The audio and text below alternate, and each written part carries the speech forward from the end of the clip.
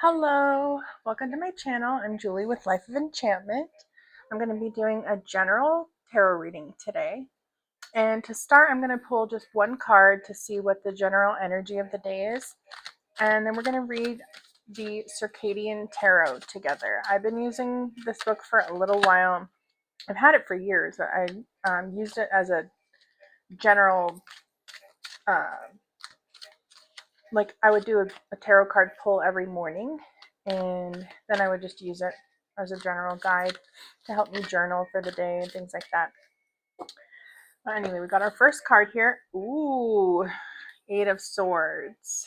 Okay, so if you're feeling stuck, you might be feeling it from all directions today too, honestly, but there is always something to be done, right? There's always something that we can do or detach from, or a different perspective. So let's just see what this says. The Eight of Swords forewarns you that you may be trapped and powerless against a situation. You're emotionally bound to something or someone, and it's blocking you from seeing the truth at the heart of the matter. The most challenging aspect of moving forward is that only you have the power to remove your own blindfold. You may feel helpless, but this card shows you that you must take a stand, shed what binds you, and move forward. And that's from the Circadian Tarot. Again, it's like a journal prompt for me, but I think this also comes with a card, which I do not have, a card deck. But this is great. A daily companion for divination and illumination. So I thought I would just share some of the books, some of the tools that I used along the way. And just as a side note, a little bit of backstory. I am a natural therapeutics practitioner. I also was a massage therapist for years. I taught Swedish massage at the school that I went to. I studied Reiki. Before that, I became a Reiki master, and that's what led me to massage school. And then in massage school, we studied natural therapeutics, so I learned herbalism, flower essence therapy. Before that, I attended the Holistic Life Institute. So overall, I just really learned to read energy. And that's why I think like tarot is so amazing, because it's not, it's a skill that people can build on, and it's a skill that people can practice, and you can learn to read energy. You don't have to be born with psychic ability to be able to learn to read energy. We do it all the time in unconscious ways. So it's just a matter of practicing, really. So anyway, we got the Eight of Swords, so we're going to keep that in mind as the day goes on, just to see where in our life we need to take a stand. What are you kind of allowing to repeat in your life, where it seems like, oh, I just have to kind of take it. It's just the way things are. It is what it is, but no, it is not.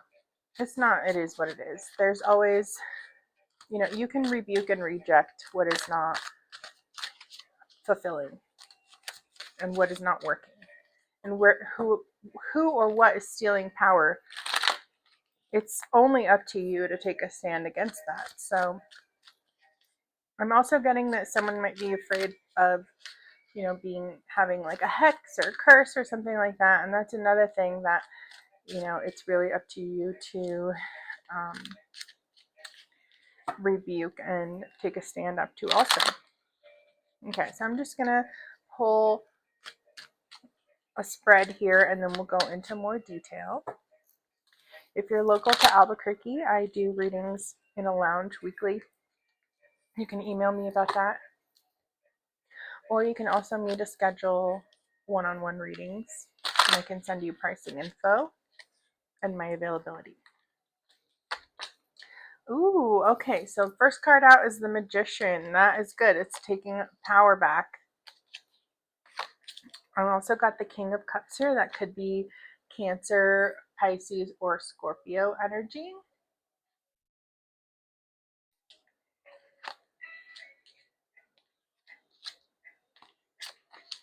I am seeing some heartbreak. This could be like a final goodbye or a final ending to something, or just a final judgment on something. Most likely romantic, but it could also be just a situation where your feelings are involved, or where you feel like you've poured your heart into something, and no matter what, the other people involved are set on misunderstanding you, or regardless, if they're just not at the place where they can meet you emotionally, it's going to be heartbreaking, it's going to be disappointing, it's going to cause a standstill. But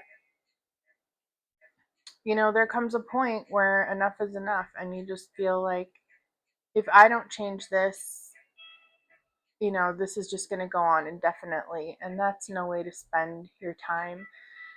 We have this short time on earth, and I'm very open about this. I lost my first child after a few hours after he was born, and ever since that day, I just really, I already realized the preciousness of life, but at the same time, it just brings things into focus. I don't want to spend 1 second where I'm feeling powerless, or where I'm feeling like I'm not in alignment with my life or the people around me. Whereas in the past, I probably would have allowed a lot more. And it's a process. It's a process. You never know. You've got to take a chance on some people. You've got to take a chance in opening your heart, putting yourself out there, experiencing things. And it's only really after you get your heart broken that you can feel that deeply, and realize what it meant. And, you know, let's see what else we can do here. The Emperor. Okay, well, it could have been a situation where someone was very rigid or very strict, or just very like their way or the highway. Not a lot of reciprocity here. So that could have caused, emotionally for you to cut off. And like I was saying about feeling things deeply, you can either be feeling everything all at once, or you could feel nothing. And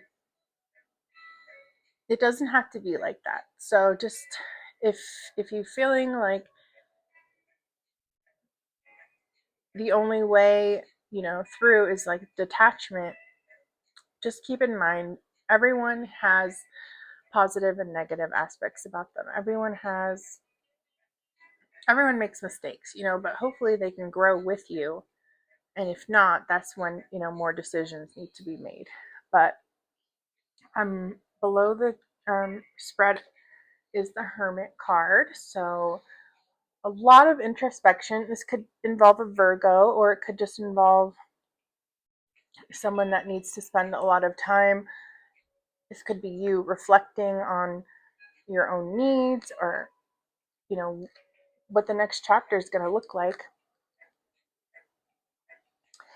And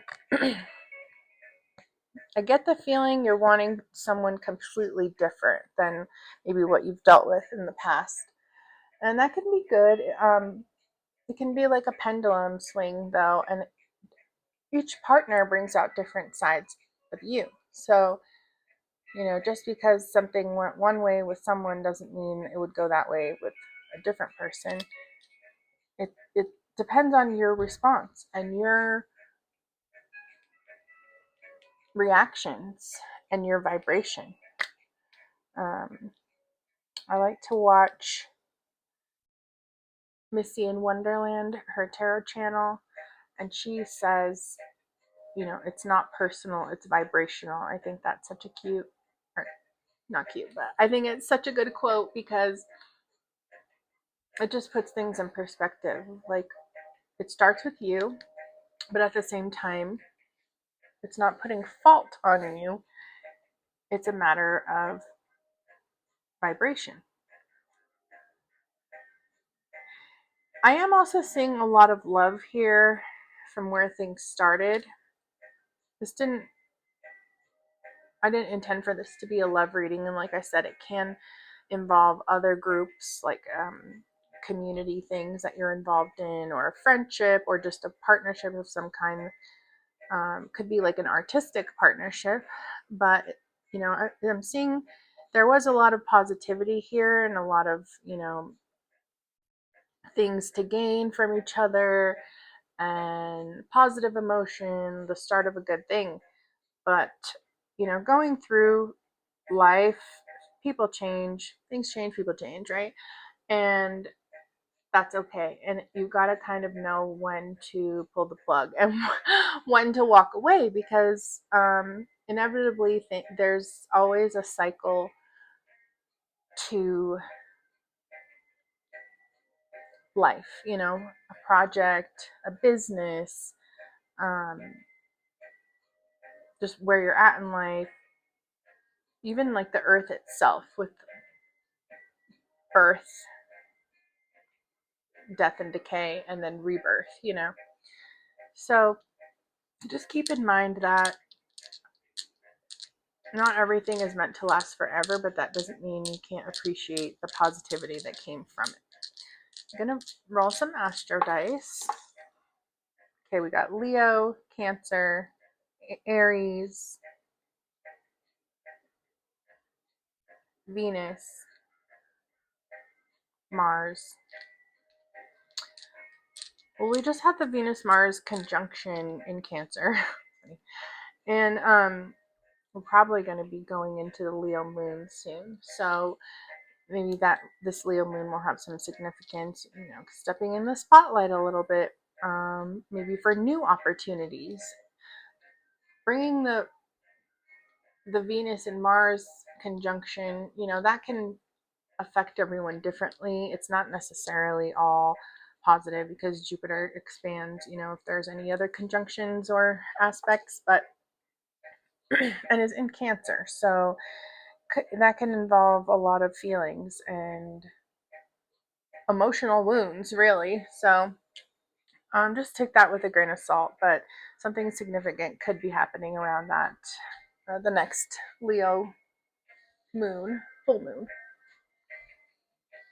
All right. So I'm going to just do another quick spread with the Starman Tarot deck, and then I will leave things there. Hopefully I'll be posting daily, if not more than once a day. Please leave me feedback. I am neurodiverse. I'm starting to get more practice and comfortable in front of the camera, things like that, because for the most part I've always done in-person readings and treatments, but of course I'm always looking to improve or open to suggestion for decks and things like that. All right, so we have Three of Pentacles again, lots of emphasis on teamwork. Two of Pentacles, balance, and the Moon. Okay.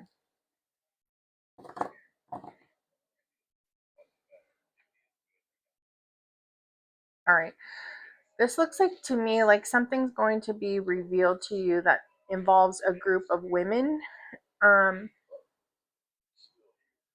might be like a delicate balance socially within the group, but it does involve working together, a lot of teamwork and things like that. But if things were sort of